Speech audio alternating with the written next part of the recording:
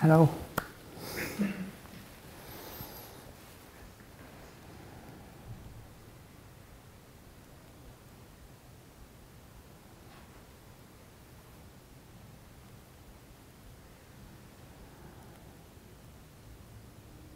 We greet each other from the heart to remind us that this meeting is for the awakening of our heart and from the heart. Hello. This is to you over there.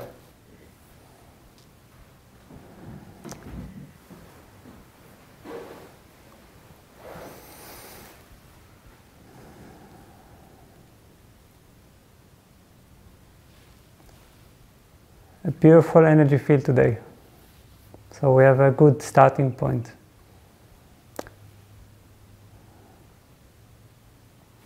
Before we are starting with the talk and with the dialogue, let's have a short guided meditation to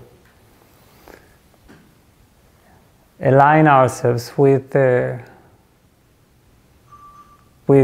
our intention this evening. So for that, I invite you to close your eyes.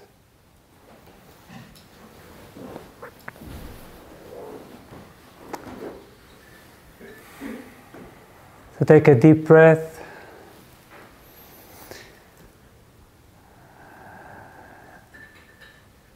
This time I will not tell you sit comfortably, I will tell you sit as straight as possible, and with a sort of a proud posture. Not arrogant, proud. Open your chest widely.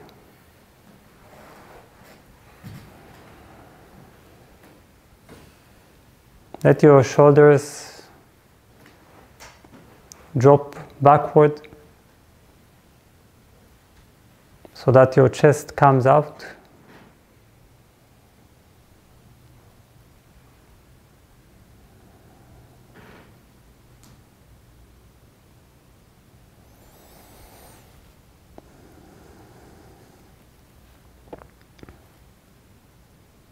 And we'll use the mantra, the statement, "Here I am," to gather all the different parts of our being, mind, heart, body,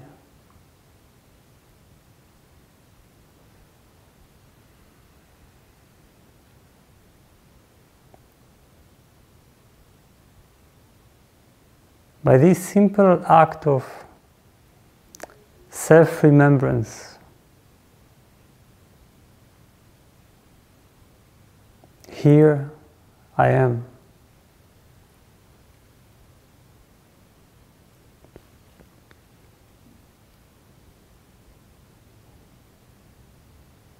Try to expand and spread this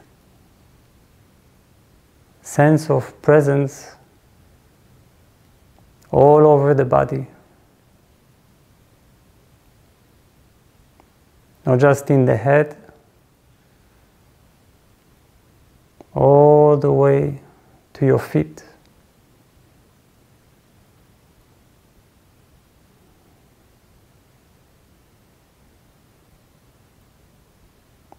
Feel out your entire being is awakened with this self-remembrance.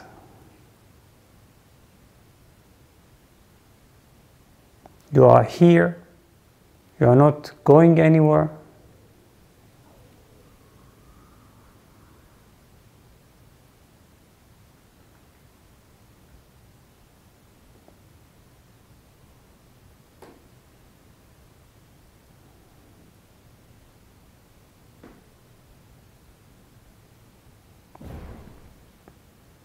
It's like you are declaring in front of the universe in front of life, existence, the world.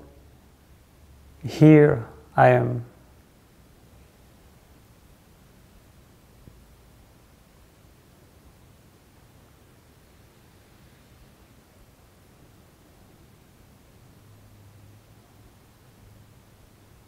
Perhaps you came from a day or days of self-forgetfulness. This is not important. Don't think, oh, I don't deserve to be now so proud, so present.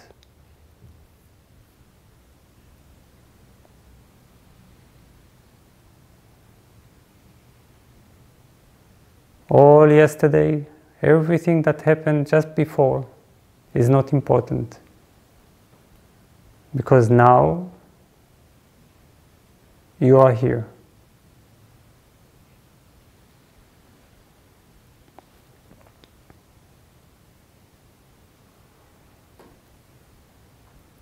And with this mantra, you shake off all the dust of sleepiness from your eyes, from your body.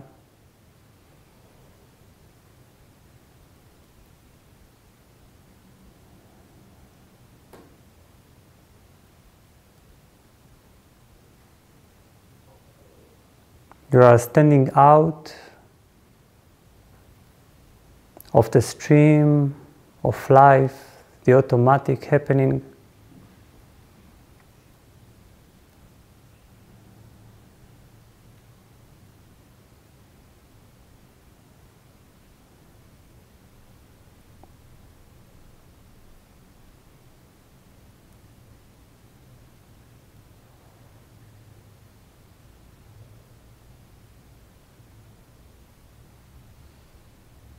Awake, fully breathing,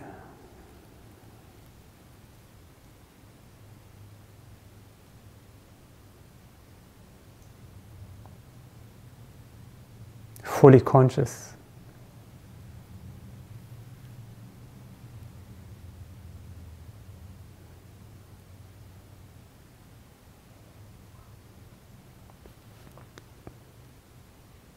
Whenever you feel some part of your being drifting away, just return to the statement, here I am.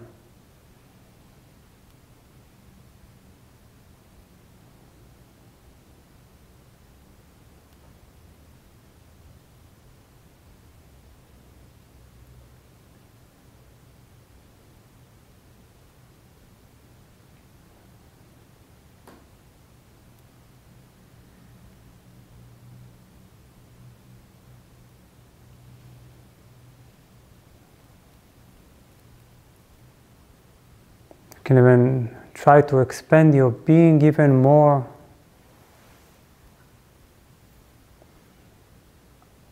Beyond the boundaries of the body, around the body, above the body,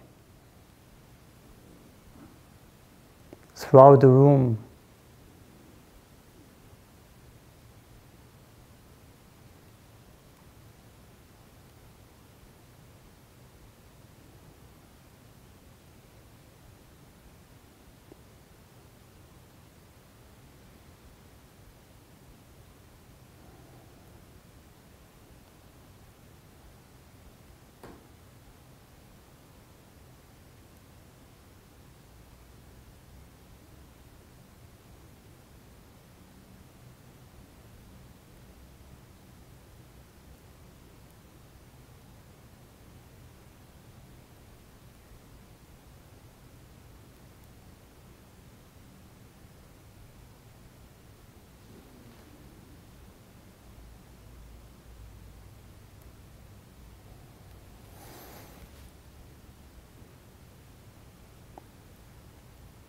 With this statement,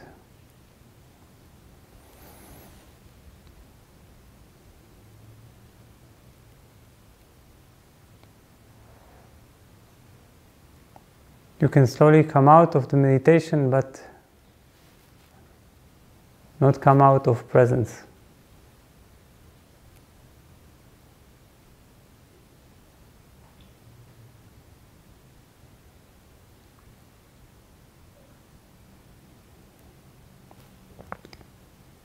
From now on, you're not just an empty receiver of a talk.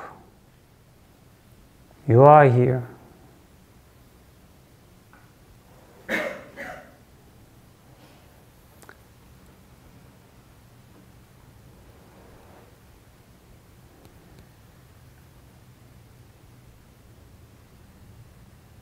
And when you are here, nothing can be automatic.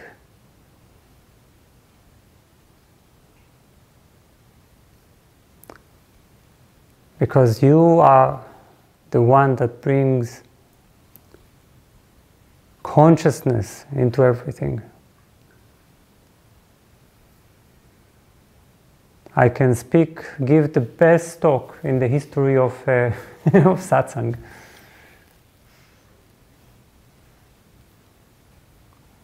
And it will mean nothing if you're not here.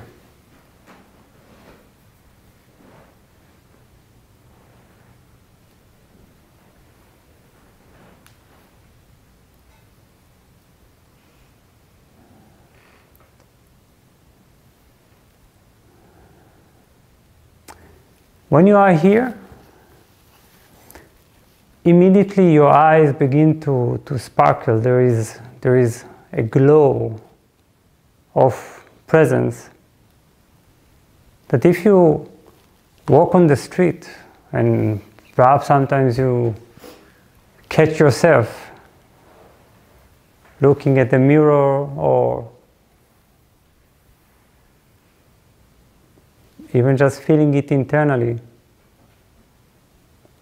For the most part, people's eyes are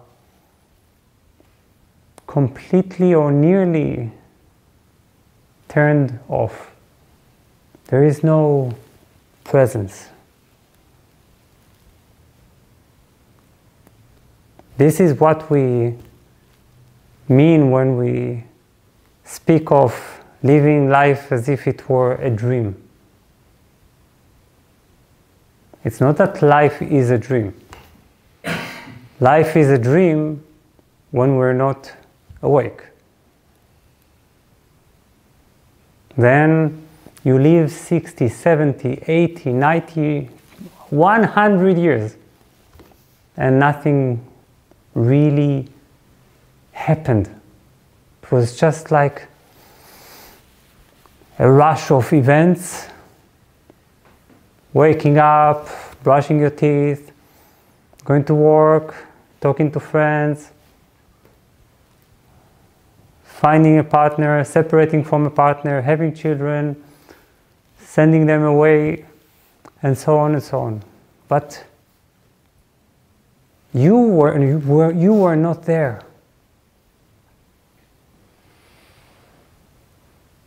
There was no consciousness to encompass this whole life, and then life becomes dreamlike.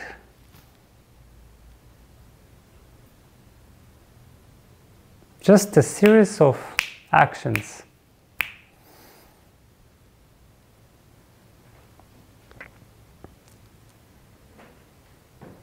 So when you say, "Here I am," it's like you're putting yourself in the midst of the world, at the heart of the world, as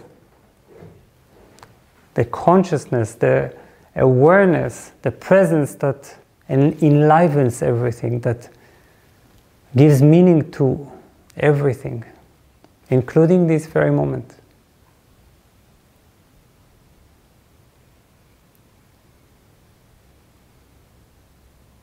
And how rare it is to walk on the street or to go on the subway and suddenly see someone with a glow in their eyes.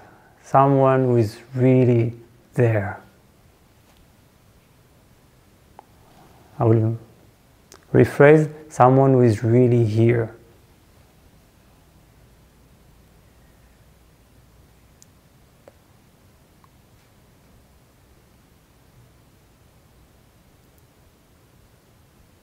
Someone who is not asleep while being awake.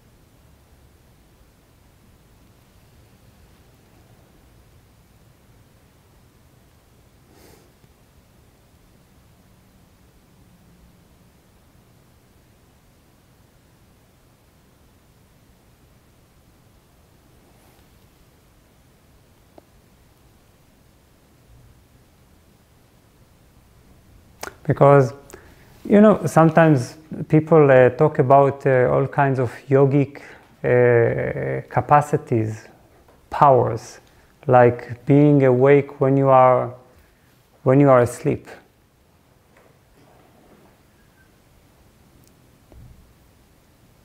Which is possible, but it's a much bigger challenge to be awake while being awake. You see? When we are in the so-called waking state, are we really awake?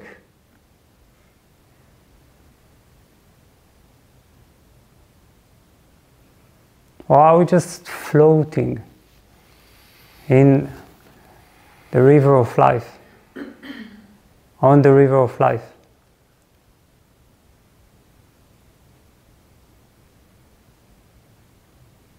These kind of meetings, they provoke us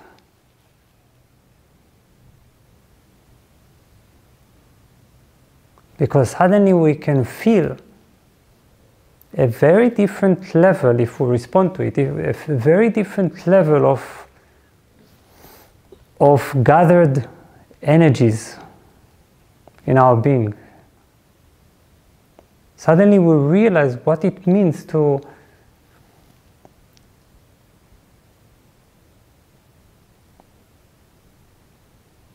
be aware of every moment.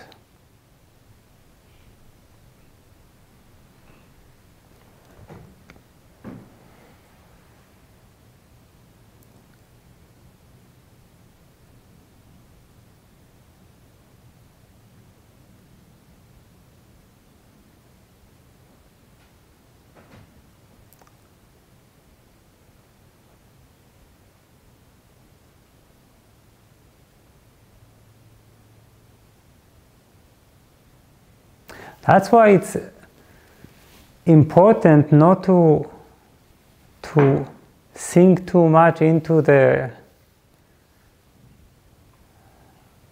usual instruction to be always at peace, always relaxed, always accepting.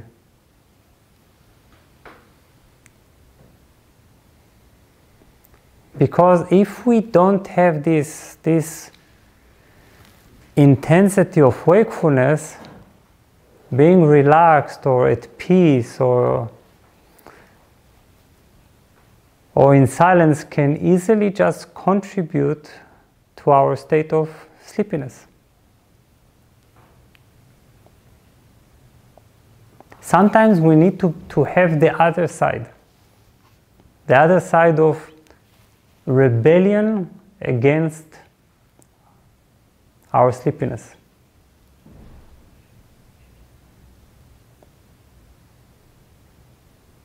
And sometimes, I know it is strange, but sometimes to just realize that I was asleep is the beginning of being awake.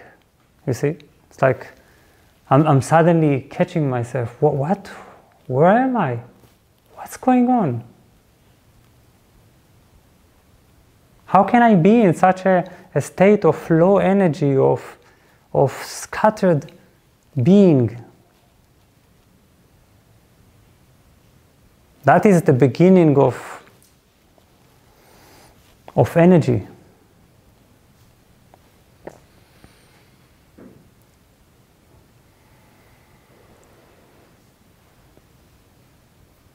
So it's very important not to just think of satsang and of meditation as peace, just being in peace.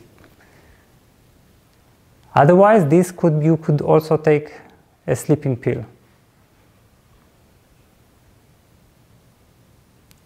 Some narcotic.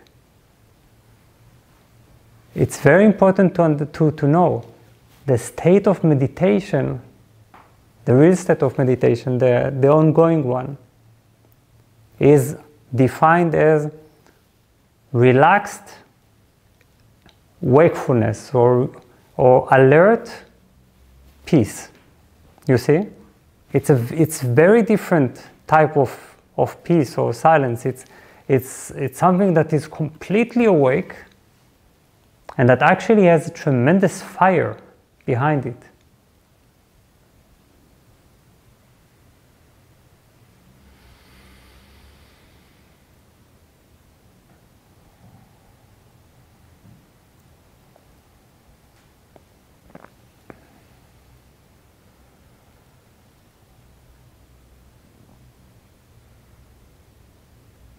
Because it has a lot of energy, and it really means wake up, wake up, wake up, don't dream. And our thoughts are a dream state, our emotions are a dream state, our automatic reactions to life are a dream state. Our routine is a dream state, and most of it is also inevitable. It's like also I have routine. It's not like I'm breaking it all the time just to do something else, because it's not about that. Our life consists of a lot of routine and habits and patterns, but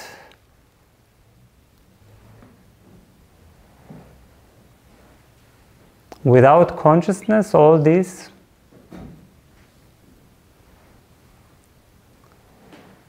means very little.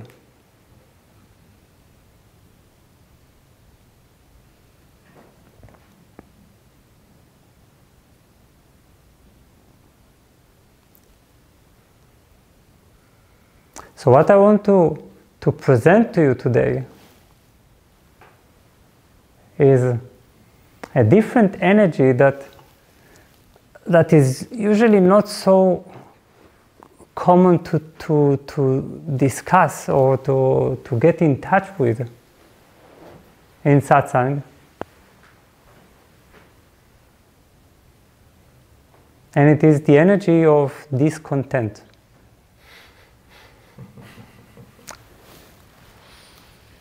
Because we're always, why is everyone laughing? So,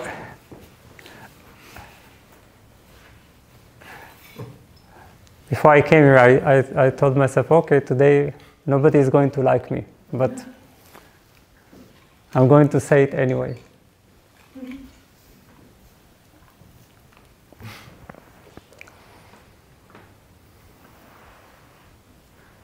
We're always saying in satsang, be content, be satisfied. You need to not satisfied, you need to reach a state of complete satisfaction. It's like so satisfied.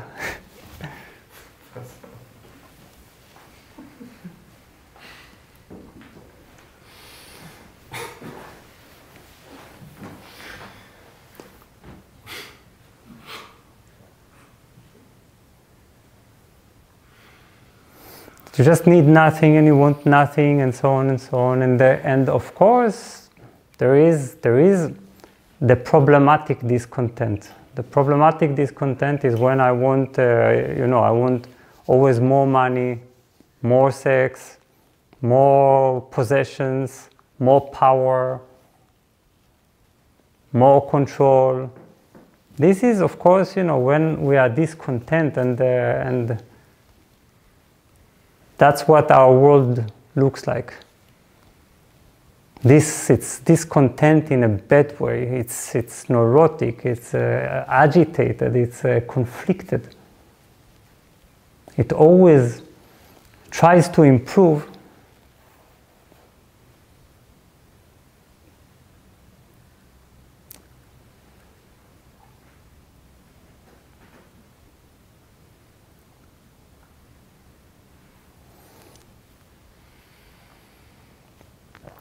But there is a very beautiful type of discontent. And it's the discontent that keeps us awake and unaccepting life as it is. Life as an automatic pattern, flow of events, myself as I always am, with my patterns, with my reactions, with my smallness.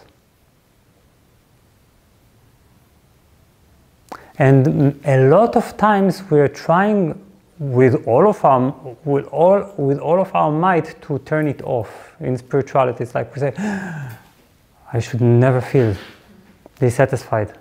I should never feel that this life could be bigger, or that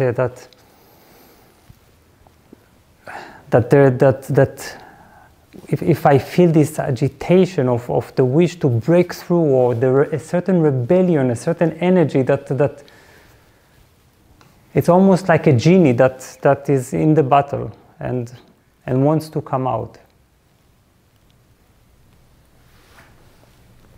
And then we say, this is not good. The teacher said, I should be content. And then we slowly diminish the fire of life in us in a way that is actually dangerous.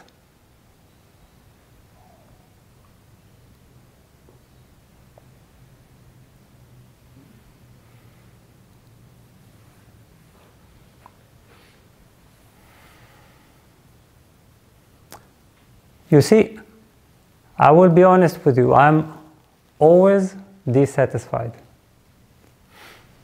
always discontent. But not in a way that we can think of.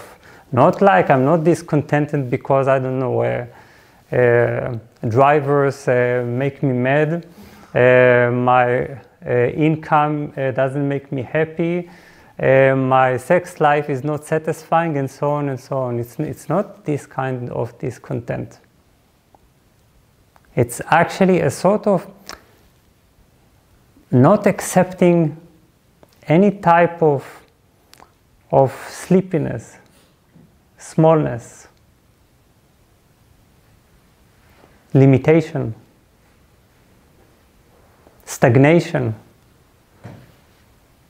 mediocrity.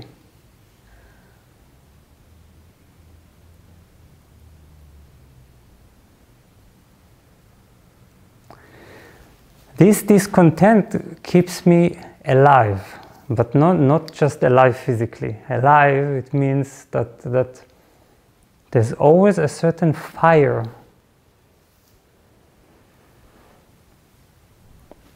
that doesn't agree with falling into, let's say, a sort of a bourgeois way of life, you see?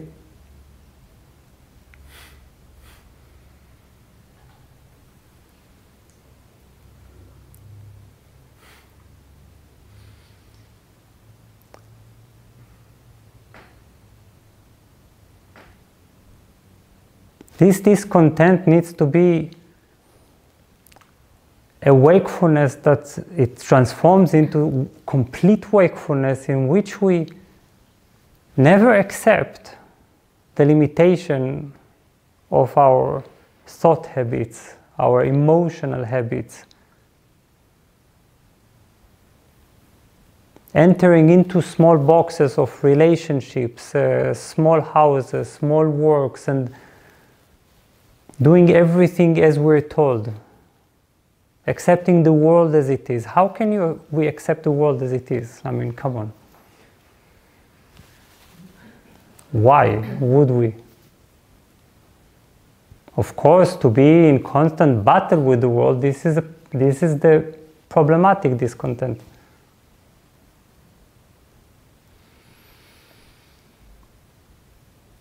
But the ability to see this, the whole human drama, and with this discontent, keep myself free from it, out of it, also out of my own drama and my own sleepiness. That means energy.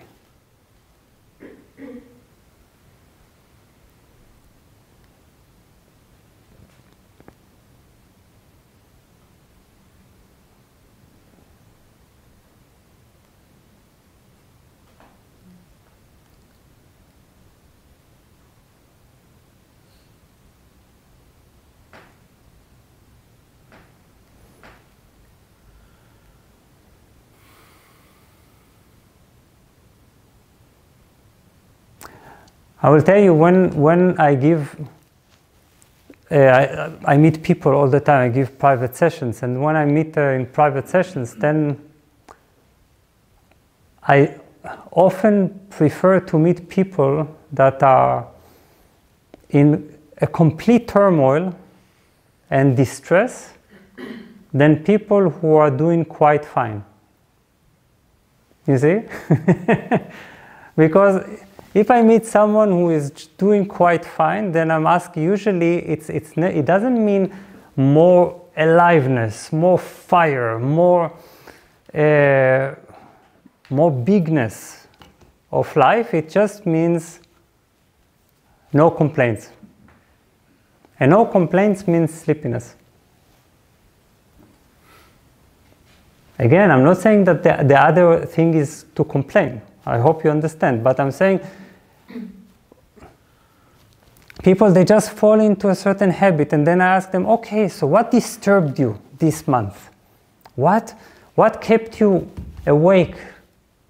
Sometimes, it's not good always to fall asleep perfectly at night. Sometimes it's good to be troubled a bit, but not if it's just by our petty, egotistical problems. This is not a great advantage.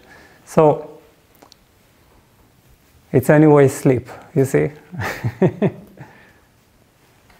So what kept you alive, on fire? What questions were burning inside you?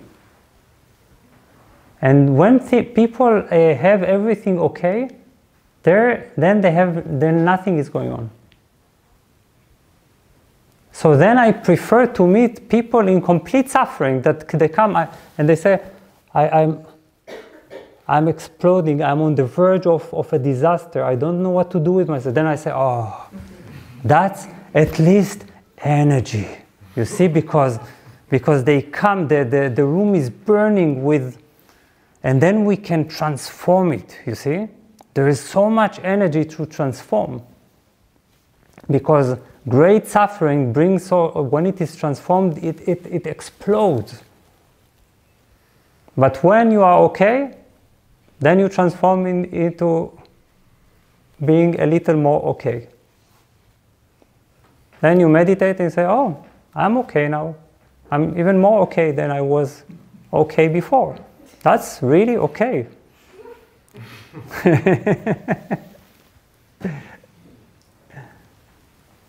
I'm not saying you should suffer. This is, life uses suffering to wake us up. Everyone knows that. Right? We all say, oh, why should there be suffering in life? Why? Because without suffering, where would we be? Nothing would move in our life. It's like we would not even, everything would be okay, just every day the same. Everything's okay. And the day after, okay. And the day after, okay. No death, no illnesses, no trouble, no challenges. Just like that.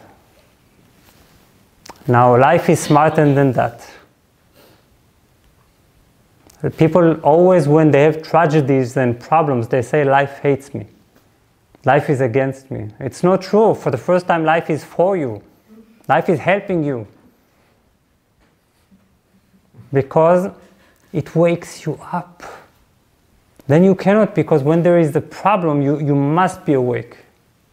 You suddenly say, oh, I was asleep. I need to gather all my forces. So that's energy.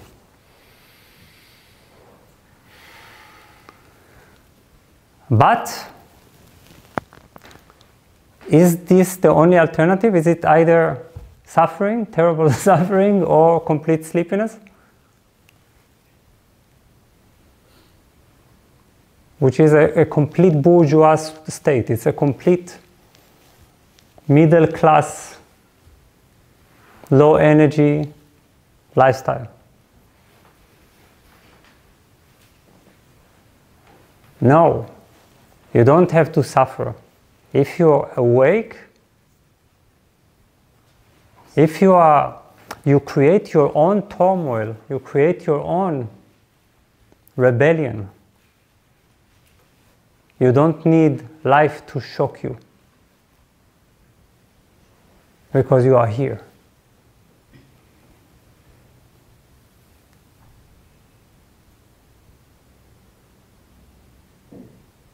And that's wisdom. That's when we are wise. We don't wait for life's shocks to wake us up. We say, no, that's okay. I'm going to be my worst, sorry to say that, I know it's horrible, I will explain, my worst enemy. Not my worst enemy, of course, the enemy of my own sleepiness, automatism, self-forgetfulness, sinking.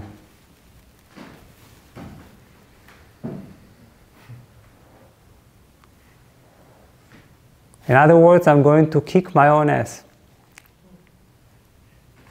I'm going to be my own Zen master. Do you know how Zen masters, they go walk with a stick in meditation, and they, I think in varying degrees, they give you a hit on, on your head.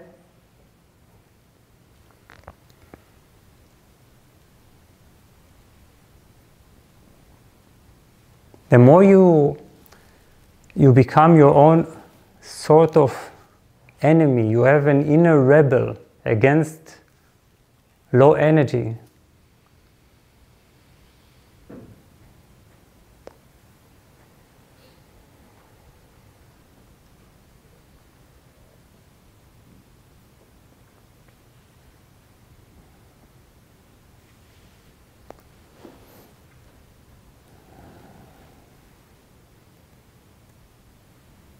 The more alive you are.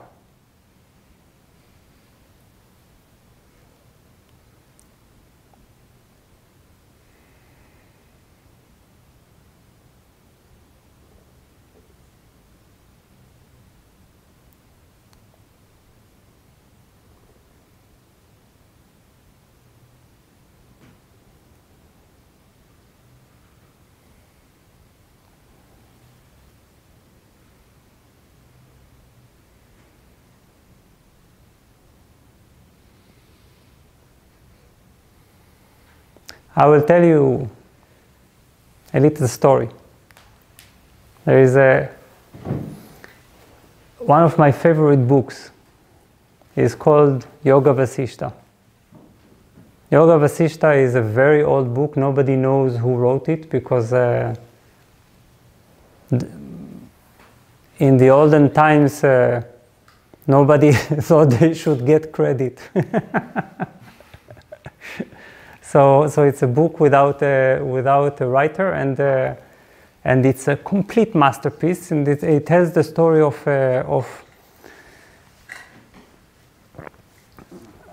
a great being called Rama, Prince Rama, and that becomes completely depressed.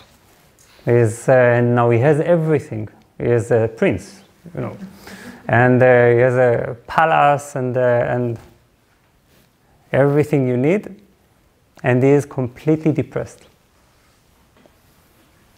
And his father, the king, becomes really troubled and doesn't know what to do. So, in the olden times, they had enlightened advisors. It wasn't just I don't know, some kind of a small politician next to you.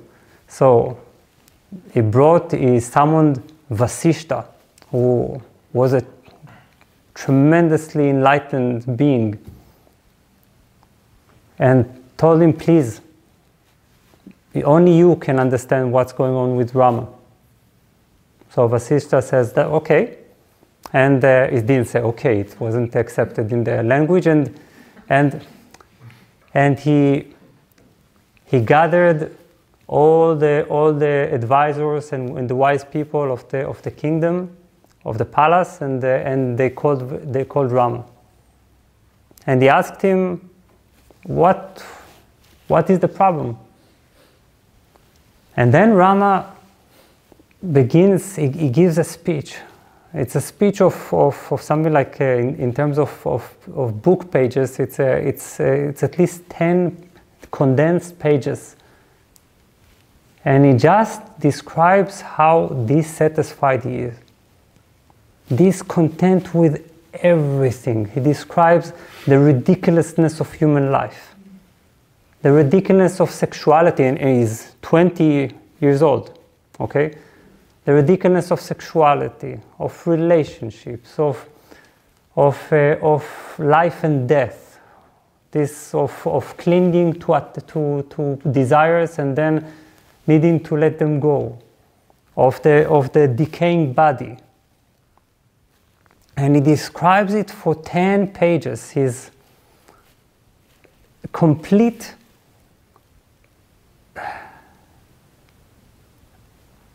disillusionment with human life. And you read it,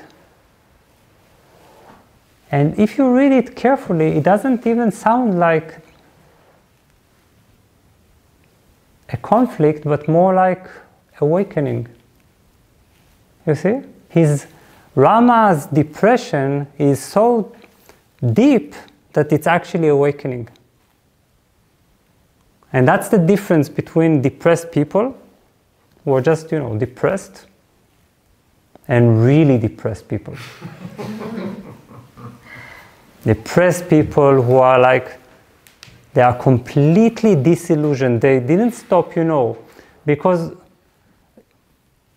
falsely depressed people, they are just halfway depressed. If you give them what they want, they will return.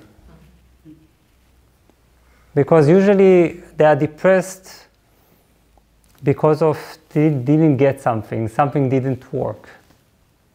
I'm not talking about clinical severe depression. I'm talking about usual depression. But those who go all the way with depression, they reach Rama's state. They reach something that is so close to freedom, because his depression leads him to such a capacity of his consciousness, of his presence, to stand out of this automatic stream of life.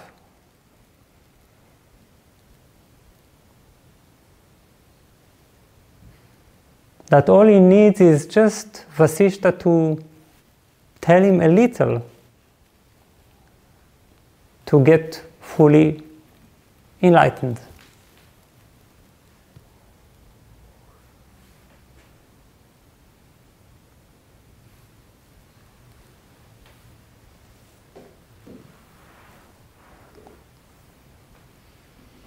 So if you're discontent with everything, you are completely awake.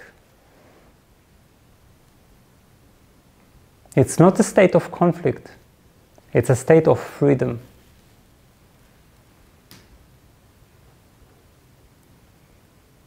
It's a state where nothing can satisfy you except for freedom itself, except for this wakefulness.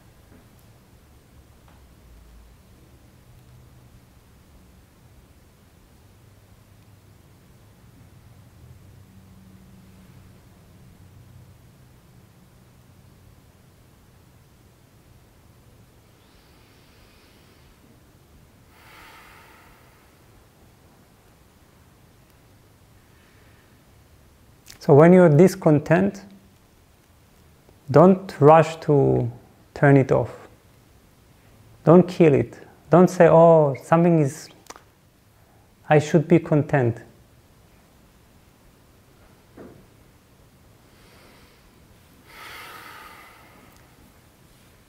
Use it. Because this discontentment is the illusionment.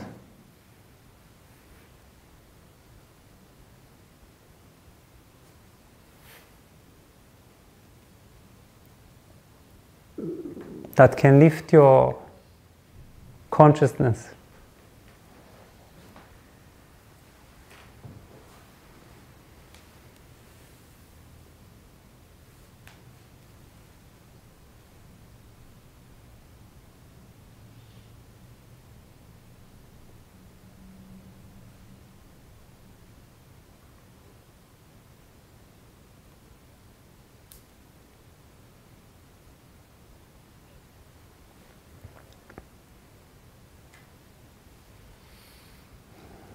Okay, let's see if you have questions out of your own discontent.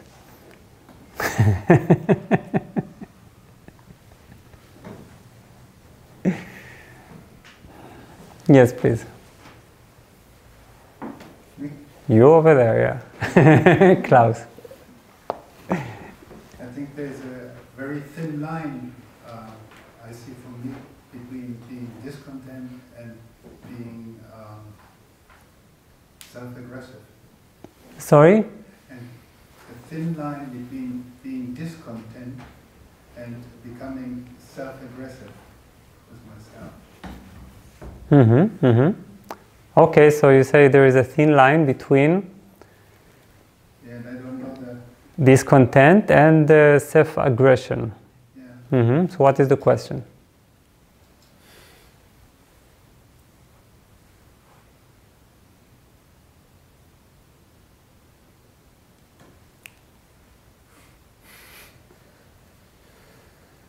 How can I avoid to be self-aggressive and still living this discontentment? Hmm.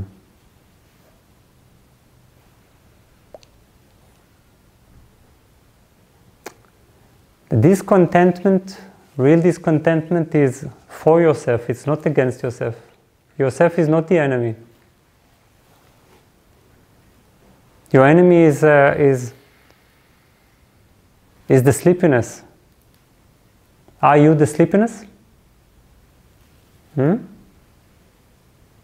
Are you beating yourself, or are you beating a certain habit of thought, of emotion? First of all, it's natural to fall asleep in this life. This life, everything tempts you to fall asleep. Everything drives you. Now we have, with our technology, with our wonderful technology, we are blessed and encouraged to completely fall asleep. Everything drives us to automatic, reactive state. Infantile also. And people are content with so little. So everything drives us to enter small boxes of life. This is the play. Everything allures us to sleep. Just bend your head and flow.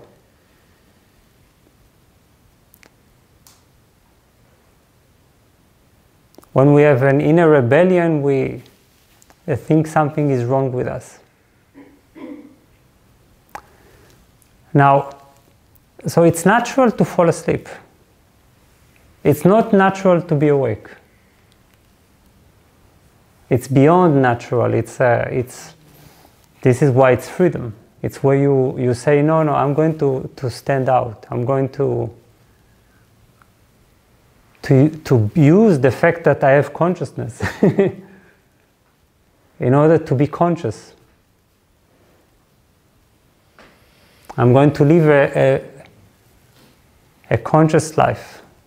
Now, when I say that, is this to say that you are bad?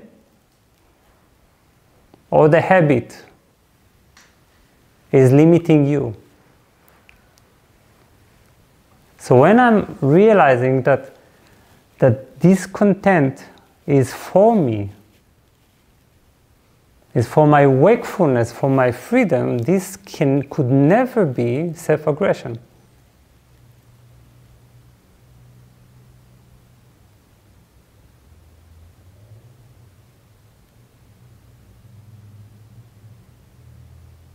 So just make sure you don't confuse you with the sleepiness.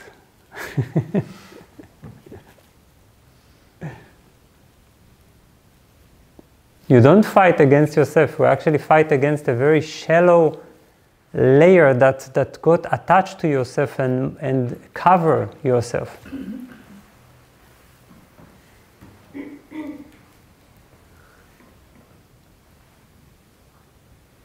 That is the deepest act of self-love I could ever think of. To want myself to be awake and conscious and alive.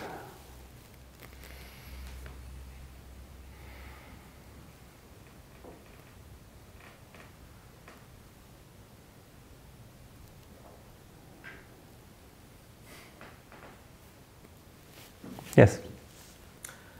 Oh, I had two questions. First was... Okay, let's see. What did he say to Rama? Sorry? You didn't finish the... What did Vasishta say to Rama? Yeah, you didn't finish the story. You kept away the most interesting part. I kept away the most interesting part. No, it was completely intentional. Why? Because I didn't want the answer. I wanted the question. I wanted to emphasize this state because the answer needs to... You see, it's just last satsang I came and I said, hello, I hope you are thirsty and hungry. If you're not thirsty or hungry, you have nothing to do in satsang. This was the beginning of the last satsang, and this is exactly what I'm saying also now, because if you're not thirsty, then what's the point? You see? You give water to someone who... I'm actually thirsty, right? To someone who really needs to drink. right? That's why nobody, by the way, goes to the street and then screams, hello, do you know that everything is consciousness? Right? The real teachers, they don't try too hard to find students. It doesn't work like this. They actually don't like students.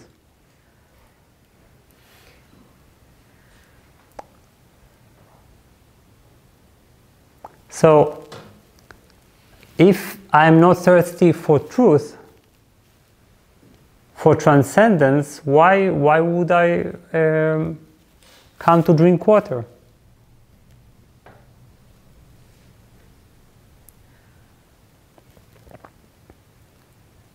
So it's very important to, not only in satsang, to ask myself, am I thirsty? Am I thirsty? I am thirsty, by the way. Thirsty and hungry. In terms of wanting to know and to grow, to reveal, to develop. For me, if this thirst and hunger die in me, I am as good as dead. It's better to just kill me. Because then it means that I have stopped, you see? I have stopped life's fire, because it is life's thirst and life's hunger in me.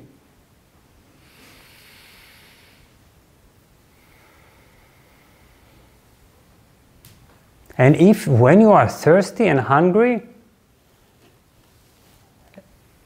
a meeting like that, and a meeting with reading the right book or getting in touch with the right presence and so on, this could be explosive.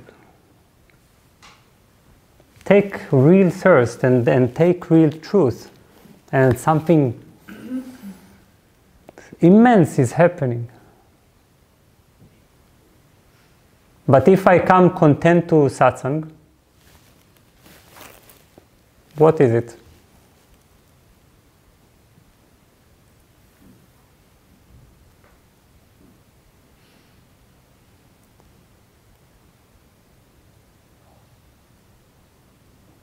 It's almost like sitting in a cinema and, when people come with a huge popcorn ball and they just watch as consumers with a complete dead expression. It's like there's nothing. It's just letting something wash them without any co-creation. So that's why I don't want to talk about Vasishta's answer, because who cares about the answer?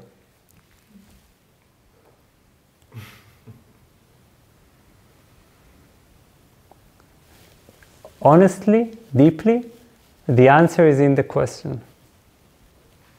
If I'm completely questioning, if I'm like completely on fire, this is the answer. Because it means I'm so awake.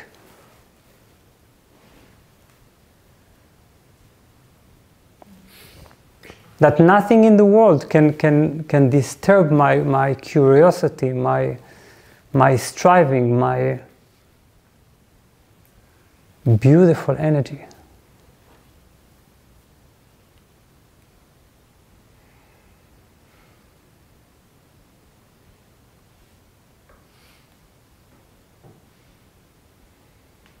So I would say, ask yourself, could I ask like Rama, could I be him? Could I be these first 10 pages, and that's it. Don't worry about the rest. The rest will come, it's when someone is thirsty, at a certain point a hand is reached with a glass of water. It happens. But first you need to declare your thirst.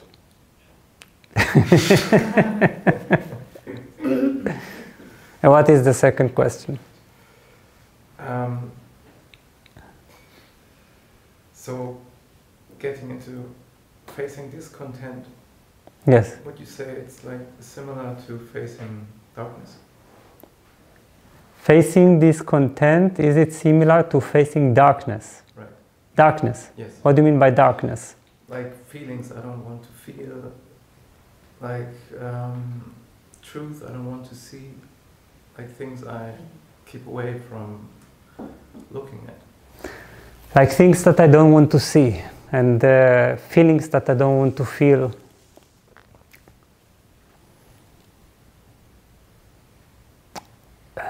It's not like darkness, it can include this. You see? This discontent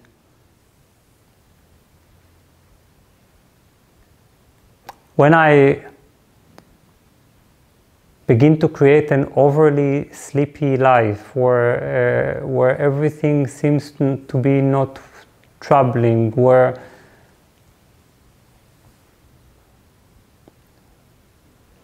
I feel as if I've already known myself, and that I have reached the limit, the edge, and that's it. This is more or less what I am, and this is more or less what life is. Then a part of this, these awakening forces, could be energies that come from the dark. And what do we mean by darkness? Darkness is not evil. Darkness simply means something that hasn't been seen in the light. That's the only meaning of darkness. Because everything that comes out in the open, that is seen, could never be darkness.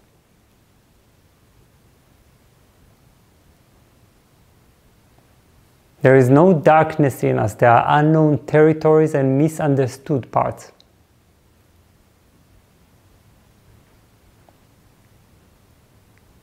So then,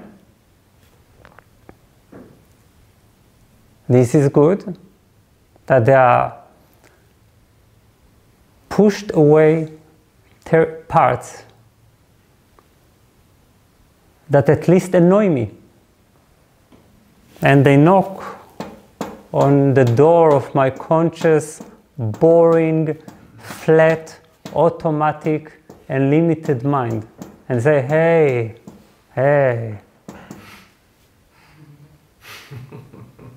I'm your danger. Then at least you have some danger. Because you see, we sometimes in the spiritual life we think that the whole idea is to have no friction, absolutely no friction, no trouble. But we all know that we develop through friction. It's obvious. Also, even awakening develops through sleepiness. I mean, and enlightenment develops through ignorance. This is it. There must be something against which you rub the limits of yourself. So then, when energies come and say, "Hey, you don't know me," we might be dangerous. We can shake your life. Then that is a form of the energy of awakening.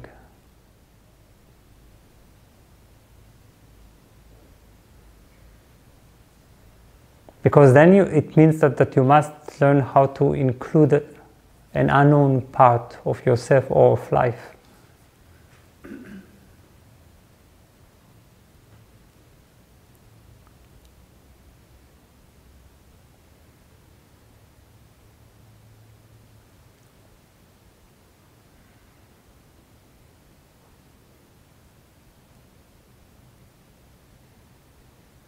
And a person who has awakened is a person, and wait, I don't want to even to use this way, because if I say who has awakened, it means that you awake and that's it, you see? Which is basically like sleep. Right? It seems like a permanent state. And when it's a permanent state, it means, again, something automatic. Isn't it what we often think of as awakening or enlightenment? It's like before that there is an automatic sleepiness, now there is an automatic wakefulness. Why not? Now, will it be irreversible? Yes. Oh, okay. So it means I will never need to think about anything anymore, right? I'll just be always enlightened, every day. Of course it's not like that. Because wakefulness is wakefulness, you see? It's not a permanent state. Thank goodness. Of course.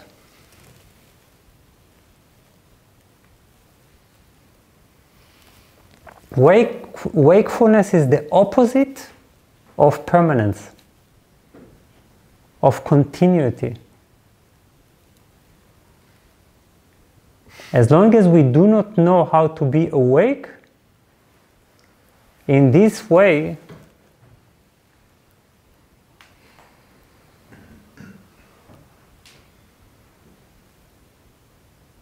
then at least we have good friends in the form of disturbing feelings, unknown energies, dangerous forces that crawl beneath our conscious mind.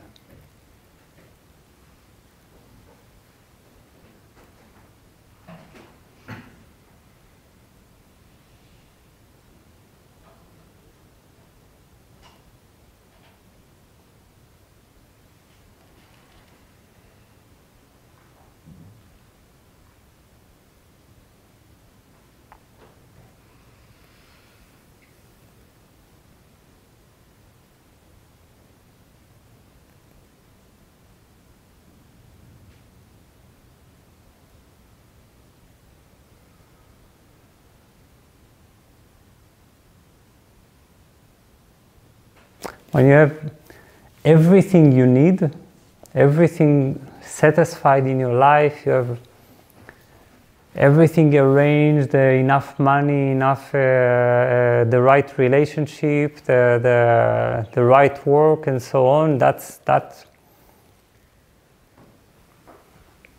is actually a danger of its own.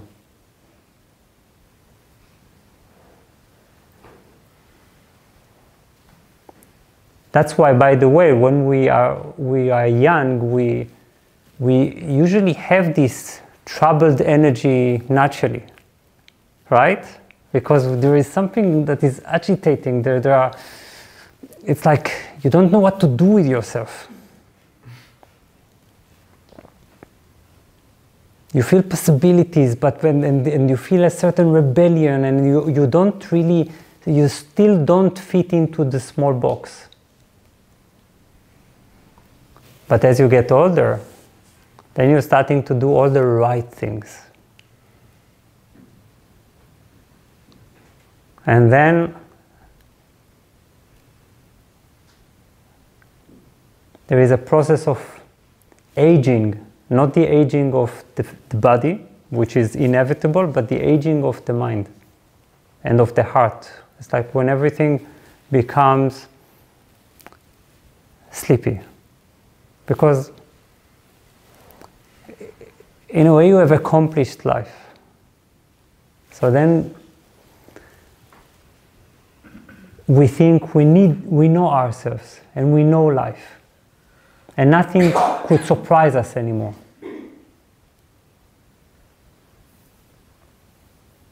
I'm always saying, where I used to live in Israel. Now in Israel, there's always war. Even when there is no war, there is war. It's like something in the air. that you feel. You walk on the street and you feel war. And there is all the time agitation and certain tension that keeps you on your toes.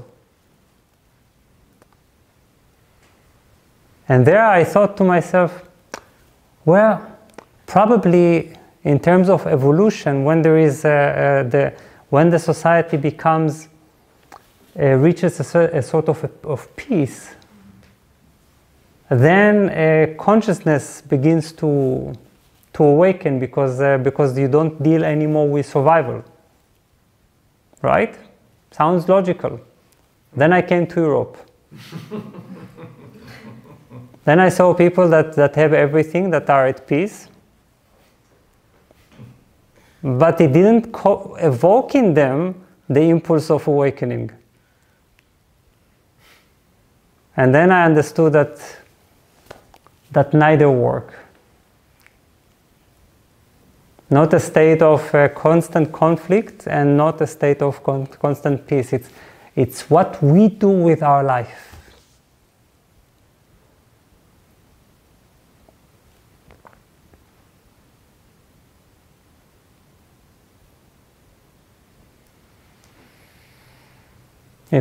Am I going to be asleep while being awake?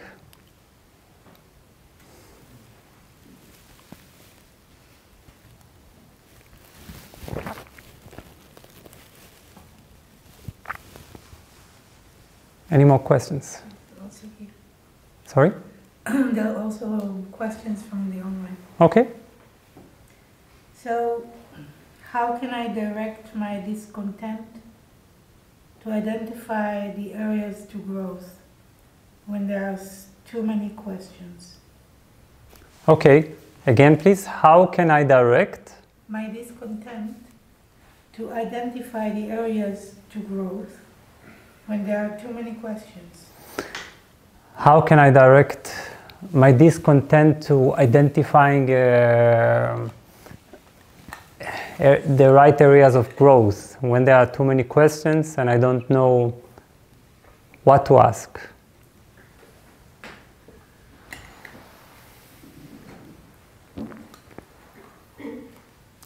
Take the most burning question.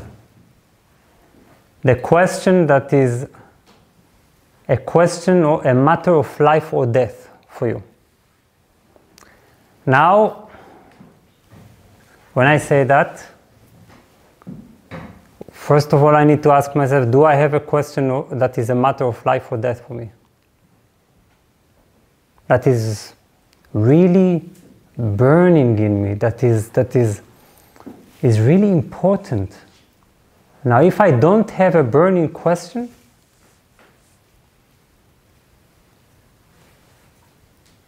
I need to even invent one, or to start with something that doesn't fall into this category, something that is, we feel that we care enough, that engages us.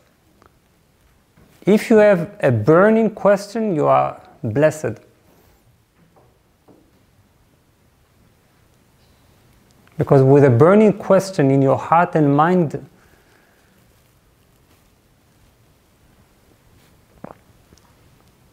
you can only find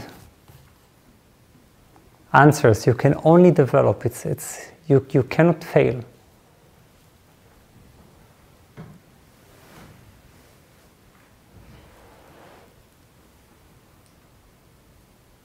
What does it mean, a question of that is a matter of life or death? It means something that if I don't know, if I don't realize, if I don't break through there,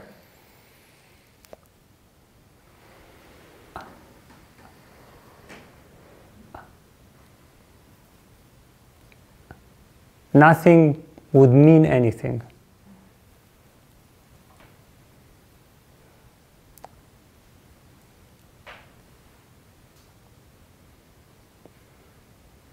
Now, this doesn't mean that I will necessarily find a perfect or complete answer. Because a good question is not something that needs to reach a complete answer. How could you answer, I don't know, what is God? Can you answer the question? If you can answer the question, what is God, come to me and whisper it in my ear. I would be very happy to hear, and then to politely reject it. There are no answers. But because questions are not meant to be fully answered. They are meant to catalyze, you see, to evolve us, to keep us open, alive, curious, interested.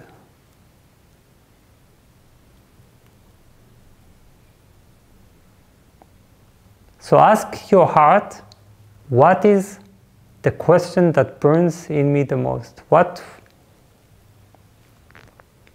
is it that I want to know the most right now? And your question will change every now and then. It will develop.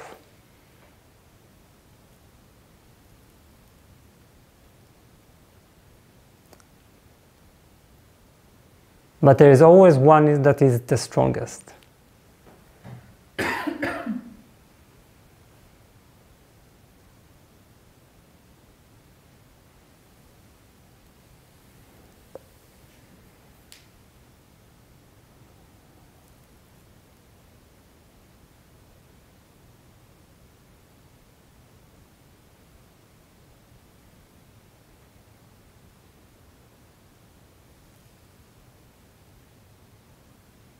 Let's say I want to ask a question that burns in me is, what is love? I'm really, really sick and tired of the small love as I know it. I'm sick and tired of the limitation of my heart and the limitation of the heart as I know it.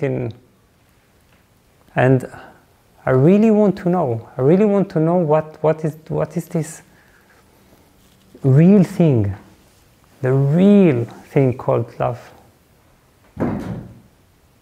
Is there such a thing? And then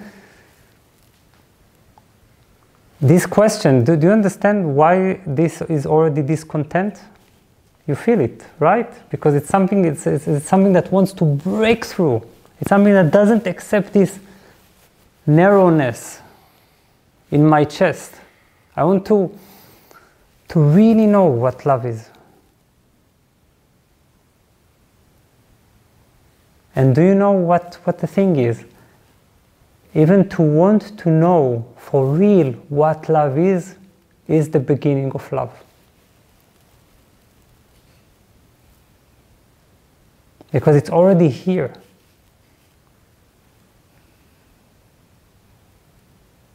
Because I care, right?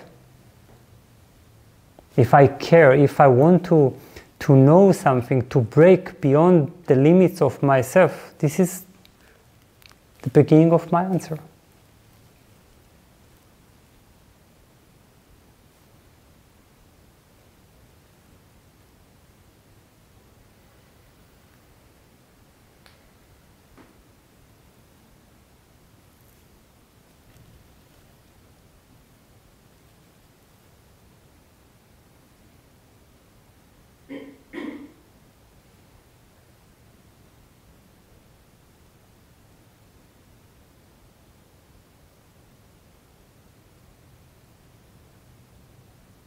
And we either let go of the question at a certain point, or we simply content ourselves with love as everyone knows it, you see?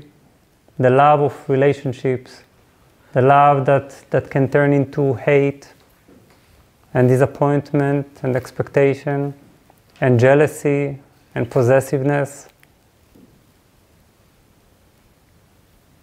And we say, okay, this is love.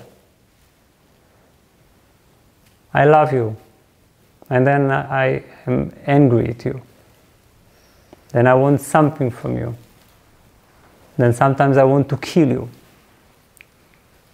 Not like really kill, but, you know, like metaphorically kill you. And if you go away, I am jealous. And if you're not mine, I am possessive. And then we say, yeah, okay, this is love. I know love. Okay, next thing. You see? This is contentment. And this type of contentment is our sleepiness. That we accept really small things, like a big child that sits on the floor and cries, I want to know God, I want to know reality, I want to know life, and I'm not going to move from this point until I'm getting my answer. And then somebody throws at him a candy, says, just take it, and that's it. And then the child takes it and says, okay, that's sweet enough. I forgot my question. What did I ask? What did I say? Can I have another candy? You see? This is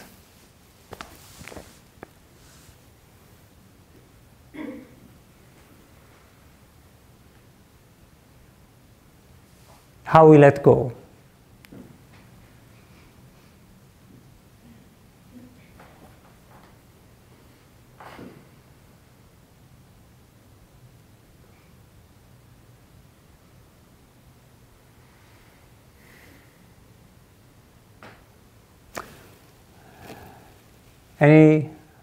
One more question over there?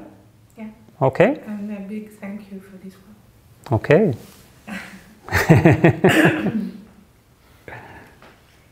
Hi everybody. Sometimes I'm thinking when I'm in my energy, where all is flowing, all is going, I'm absolutely in the here and now. Then I'm thinking I'm too fast, so much energy in me. Then I'm thinking I'm too fast for all that, what is around me. Am I too fast, or is my life too slow? Again, that was too fast. Sometimes I'm thinking when I'm in my energy, Okay. when all is flowing, all is going, I'm absolutely in the here and now. Then I'm thinking I'm too fast. There is too much energy in me.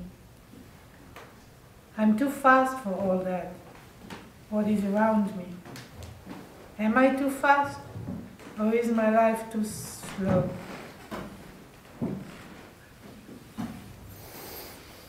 Okay.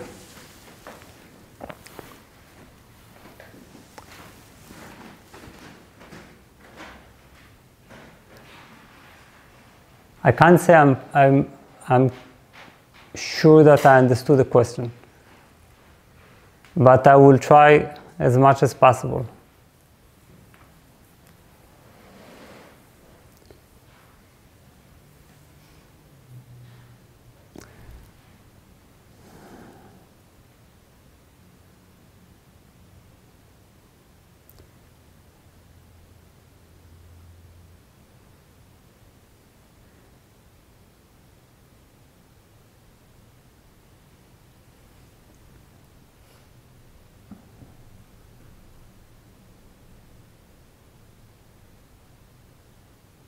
Life is very slow. Life is very slow because the processes of life are slow by nature. It's like this is the plane where we are. It's a slow place in terms of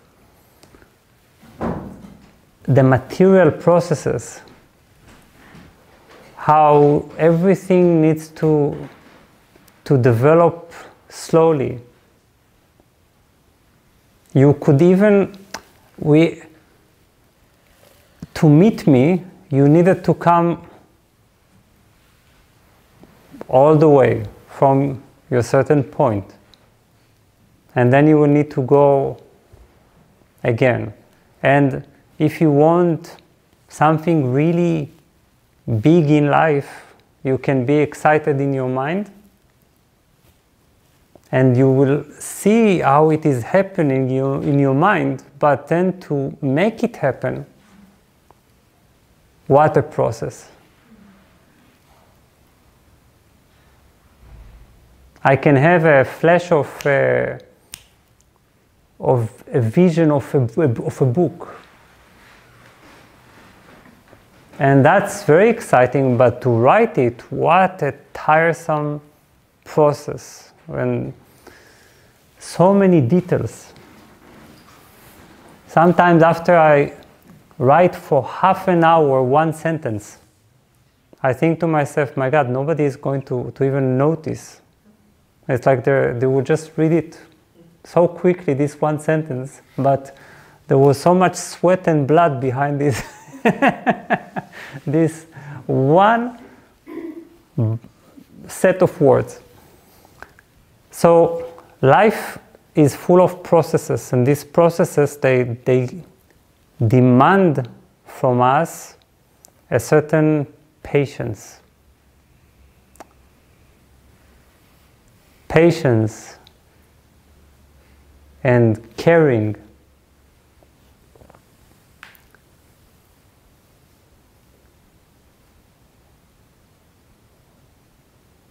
But we have consciousness. And consciousness is extremely fast.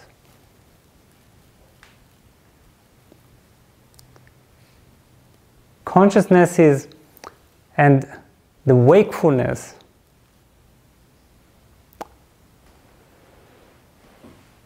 they are not bound to a process, to a pattern. It is free.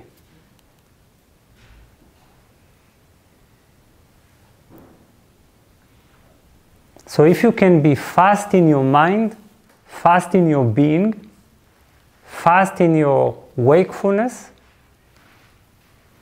while being patient with life, that's art.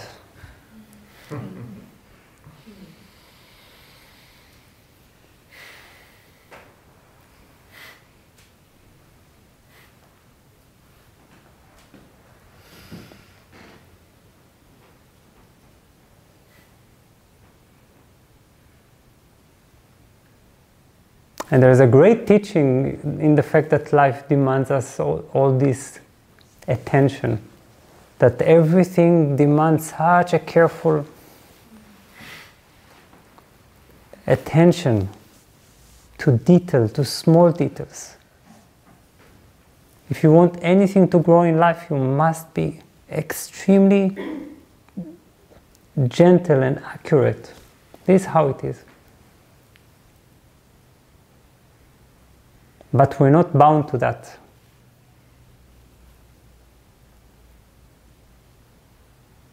And we shouldn't fall into that.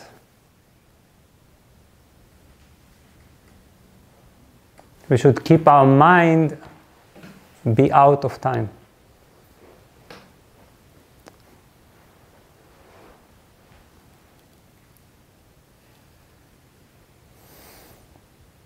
So last question.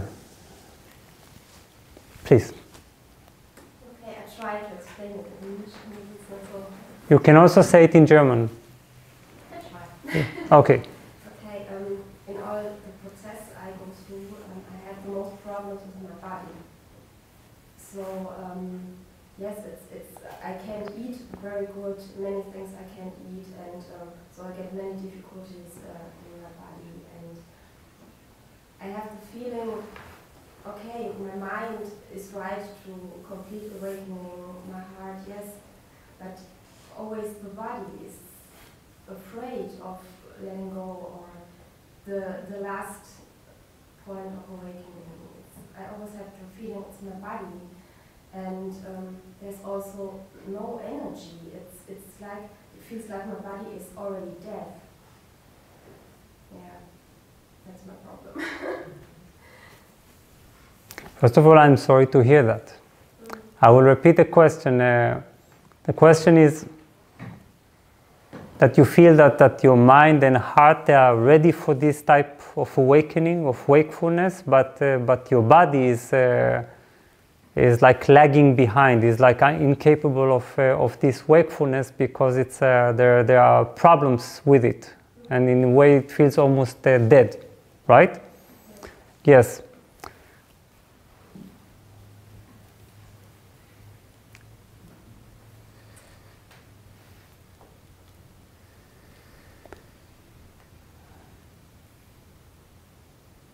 It is wonderful when the body joins the celebration of wakefulness, but we cannot count on it. We have we can have for many different reasons difficulties, physical difficulties. I know physical difficulties there. It's not something unfamiliar to me. Sometimes also for long times in life.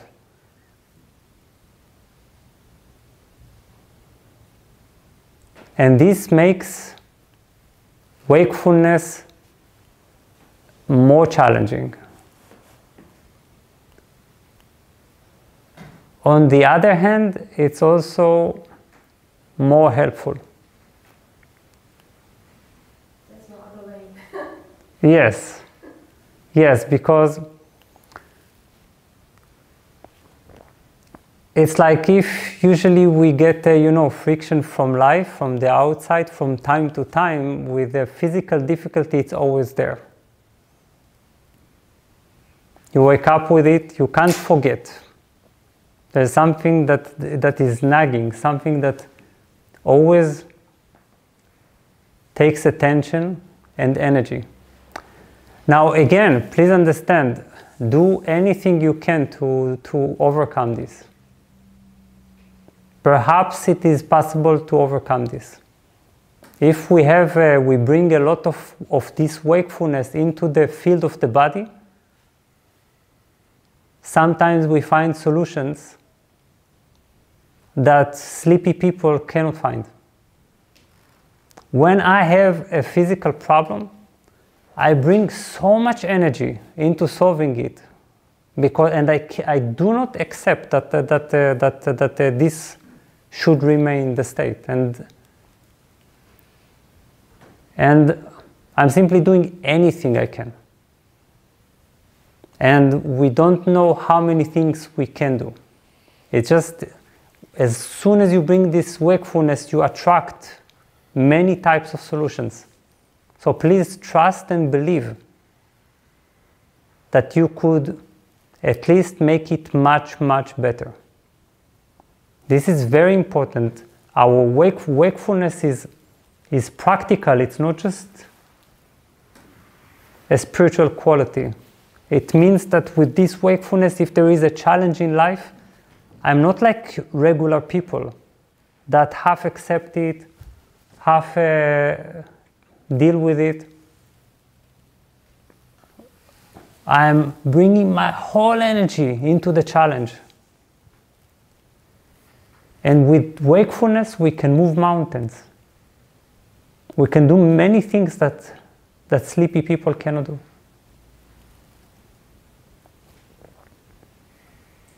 But again, this is also this energy of discontent. It's like you don't accept the sense of limitation, and so you do everything. Wakefulness means intelligence, the intelligence of non-limitation. Perhaps not everything is possible, but it's much more possible than we think. So do this. Direct the wakefulness into the body. It might give you hints what to do. But at the same time, we cannot count on the body. Even if I did everything, eventually this bunch of molecules is going to disintegrate. And I'm going to face, like everyone else, the process of decay and death.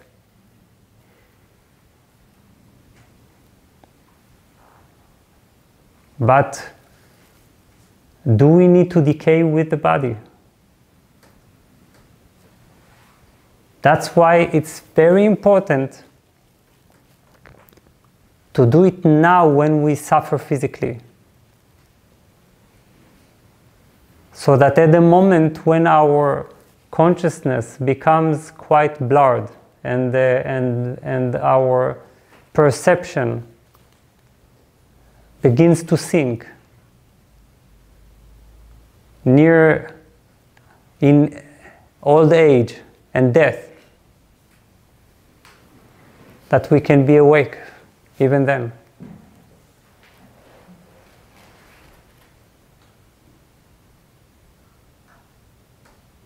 This is what we practice when we suffer physically. We make sure that we learn to disconnect wakefulness from physical wellness. They are not one and the same.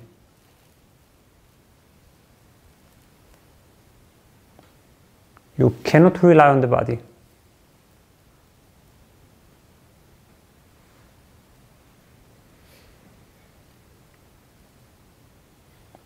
Okay? So remember these two aspects. You cannot rely on the body.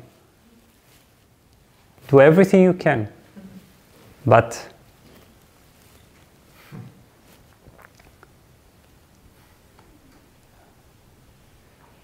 make sure you remember that the glow in our eyes, the shining in our eyes, does not come from physical sources. It's not because we're young or we're ecstatic or we feel great or we did yoga or whatever. It's because we're awake.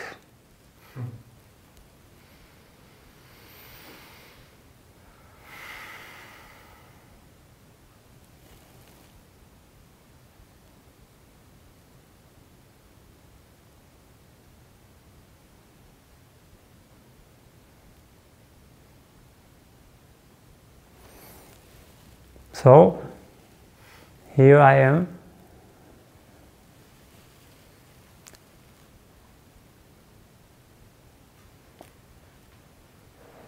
Take this mantra, this statement with you as a reminder.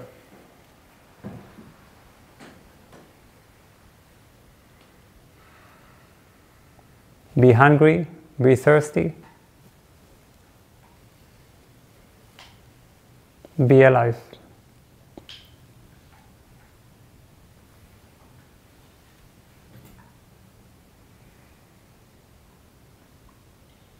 Thank you so much for this sharing. Good night.